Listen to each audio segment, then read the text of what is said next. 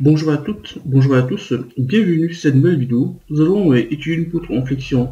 Alors pour ce faire, on va utiliser le terme de Menabrea pour étudier notre poutre en flexion. Pourquoi? Parce que la particularité de notre système, on aura un système hyperstatique. Du coup, il y a plusieurs techniques ou plusieurs manières de résoudre un problème en flexion en hyperstatique. Mais ici, je vais utiliser le terme de Menabrea pour essayer de résoudre ce système. Alors pour commencer, je vais commencer à vous présenter notre structure ici. Ici, nous avons une poutre encastrée au point A et au point B. Donc, nous avons deux encastrements. Nous avons une force appliquée au point C ici, qui se trouve à un tiers de L par rapport à notre système d'axe. Ensuite, comme je dis tout à l'heure, nous avons au point A un encastrement, au point B un encastrement. Alors donc, nous avons une réaction au point A, une réaction au point B, et nous avons un moment d'encastrement au point A et un moment d'encastrement au point B. Du coup, nous avons deux moments d'encastrement, MA et MB, et les réactions au point A ici et au point B. En résumé, RA ici, vu que la force principale ici appliquée, c'est une force qui est la verticale. Du coup, XA et ZA, ça va être inutile de les garder, et on peut les supprimer, déjà on peut les supprimer. Du coup, on va travailler juste sur le plan XY. Du coup, XA et ZA, on peut les éliminer. De même, on va faire la même chose pour le point B, vu que nous sommes sur un système plan. On peut éliminer XB et ZB. Aussi, ici, pour la force F, ici, on devine directement la force est la verticale. Du coup, XC et ZC, ces deux composants ne pourront pas exister dans notre calcul. Ensuite, nous allons commencer à faire une étude statique pour essayer de déterminer les inconnus statiques ou essayer de résoudre le système. Donc on va faire une étude statique. Donc première étape, étude statique. Du coup ici, avant de commencer cette étude statique, il faut savoir qu'au point A, comme j'ai dit tout à l'heure, nous avons un moment d'encastrement et au point B, nous avons un moment d'encastrement. Alors ici on fait la somme des forces égale à 0 et la somme des moments des forces égale à 0. Ici on a RA, ici on a RA plus F, donc au point C, et plus B ici, la réaction au point B. Du coup, ici, on aura le moment d'encastrement, de réaction A. Donc, ce moment d'encastrement ici, bon, pas ce moment d'encastrement, donc le moment de RA par rapport au point A. On aura le moment de FC, donc la force F par rapport au point A. Et le moment de RB par rapport à la force A. Ici, bon, on peut ramener les moments sur le point qu'on veut. Ici, moi, je choisis le point A. Le plus souvent, la règle générale, c'est que on ramène les moments au point où il y a plus d'inconnus statiques. Après, ça c'est la règle générale. Après, on peut ramener les moments à n'importe quel point. Ici, je choisis le point A. Ça me simplifie les calculs. Du coup, on va ramener nos trois moments au point A. Du coup, le moment de RA par rapport au point A, le moment de FC par rapport au point A, le moment de RB par rapport au point A. Alors ici, on a RA plus FC plus RB égale à 0. Alors ici, il faut faire attention. RA, ici, j'ai développé ici à côté. Il faut faire attention parce que le moment de la réaction RA est égal à AB vectoriel A. Ici, c'est nul. Donc, vu que nous au point A, le moment qui est généré par YA ici, donc YA, le moment ici c'est YA, va être nul. C'est pourquoi j'ai mis 0. Mais plus le moment d'encastrement. Donc, du coup, on a deux moments. C'est-à-dire qu'on a le moment d'encastrement, ici, MA, qui est naturel dû à l'encastrement, et on a le moment qui est généré par l'effort YA. Ici, donc AA, on est au point A, donc c'est nul. C'est pourquoi ici j'ai 0 plus MA. MA qui est le moment d'encastrement, qui est dû à l'encastrement. C'est le moment d'encastrement. Mais, ici on peut remarquer que par exemple ici pour RB, son moment de RB par rapport au point A, on a AB, donc AB, vectoriel RB, ici YB, qui va être, ici on remplace YB par son expression, ça va être si on remplace RB par son expression, ça va être YB.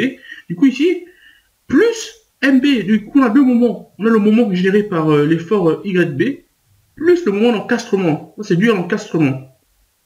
Du coup, c'est dû à l'encastrement ici. Donc ici, dans le moment ici d'encastrement ici. Donc ici, on a deux moments, MA et MB, plus les moments générés par les efforts. Donc le moment généré par la réaction en A, par exemple, et la réaction B. Donc ici, c'est normal, c'est nul, que il est au point A, donc YA est nul.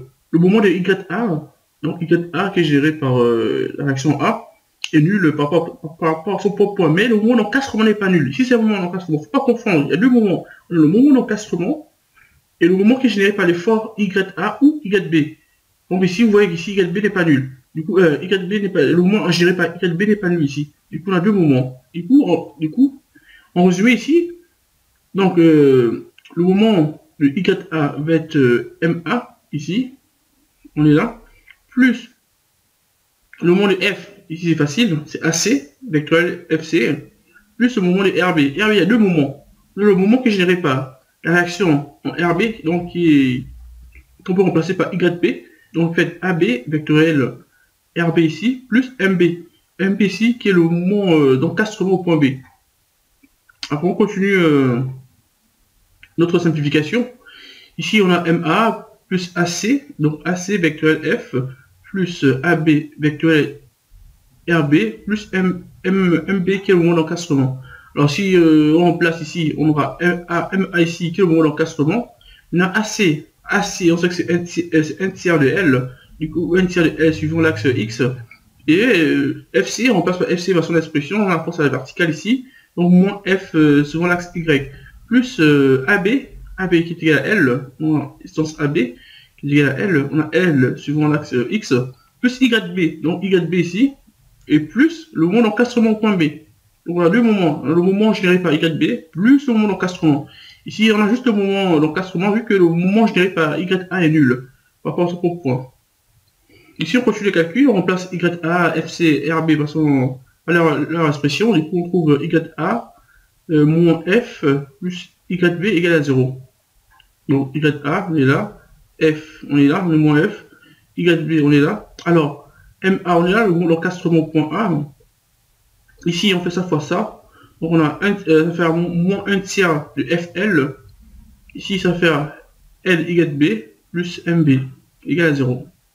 Alors ici, vu que on va exprimer YA en fonction de YB. Ici, je vais YA est égal à F moins YB. Ici, je vais exprimer MA. MA va être égal à 1 tiers de FL moins LYB moins MB. Ici, j'ai décidé d'exprimer les réactions de A en fonction de Y, des réactions de B et des réactions de F. Pourquoi? Parce que c'est un système hyperstatique. Aussi parce que je veux utiliser le théorème de Menabrea, il faut que je choisisse les inconnus hyperstatiques. Ici, les inconnus hyperstatiques vont être les inconnus en B. Du coup, je vais choisir, après je pourrais choisir le point A. Mais ici, j'ai décidé d'exprimer YA en fonction de YB. Donc, la conséquence de ce choix, c'est-à-dire que YB et MB vont être mes inconnus hyperstatiques. Du coup, j'exprime YA en fonction de YB, j'exprime MA le moment d'encastrement au point A en fonction de F et en fonction des réactions au point B. Alors, vu que j'ai exprimé la réaction, donc YA et MA en fonction de YB et de MB et de F aussi, ça veut dire quoi? Donc, on a deux équations. Première équation, deuxième équation. On a combien d'inconnus? On a 4 inconnus. On a 1, 2, 3, 4. Vu qu'on ne connaît pas YA, on ne connaît pas YB, on ne connaît pas MA, on ne connaît pas MB. Du coup, on a deux équations, 4 inconnus. On fait 4 moins 2, 2. Donc, ça fait il manque deux équations. En gros, ça veut dire qu'il manque deux équations. Notre système est hyper statique. Il faut ramener notre système hyper statique à un système isostatique. Du coup, ici, nous sommes sur un système hyper statique. Du coup, on ne peut pas résoudre ça.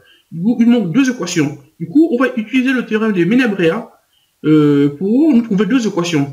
Du coup, qui dit 4 moins 2, qui est égal à 2, du coup, on va chercher deux équations. Il va manquer deux équations. Du coup, ces deux équations, on va aller les chercher avec le théorème de Menabrea. Du coup, ici, comme j'ai dit ici, donc nous allons prendre YB et MB comme les inconnus hyperstatiques. Donc, avec le théorème de Menabrea. Donc, lorsque nous allons utiliser le théorème de Menabrea nous allons choisir pas comme cobaye, mais comme inconnu hyperstatique YB et MB. Donc YB et MB vont nous servir va servir pour utiliser ces deux trucs vont beaucoup nous aider pour utiliser le théorème de Menabrea dans la suite des études. Donc ici, en résumé, on a YA en fonction de YB et MA en fonction de YB et MB, et on a choisi nos inconnus hyperstatiques, donc YB et MA et MB ici.